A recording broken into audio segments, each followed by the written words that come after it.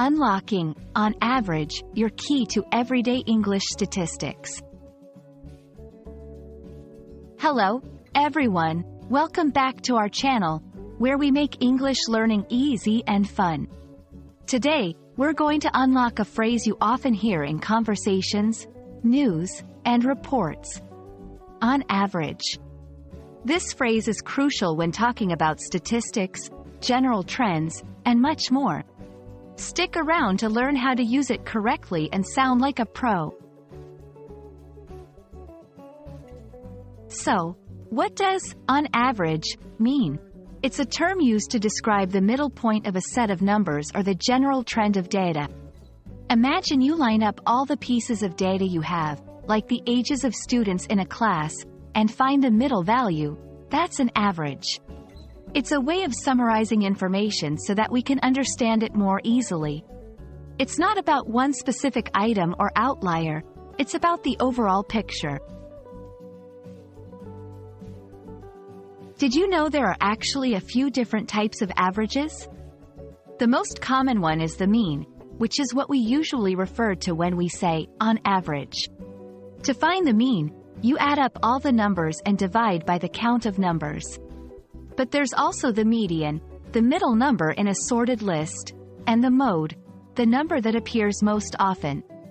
Each type of average can give you different insights, so it's important to know the context. Let's put on average into action. You'll often see it used in sentences like, on average, students spend about 3 hours on homework each night. A car typically lasts, on average, about 12 years. On average, adults need 7 to 9 hours of sleep. Notice how, on average, can either start the sentence or be nestled in the middle. Both are correct. It's flexible and that makes it even more useful. Now, how does on average pop up in everyday talk?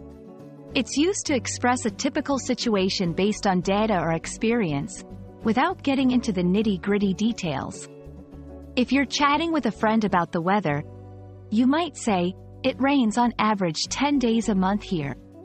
It's a simple way to share information that's generally true but may not be precise for every single case. A quick note on what to watch out for.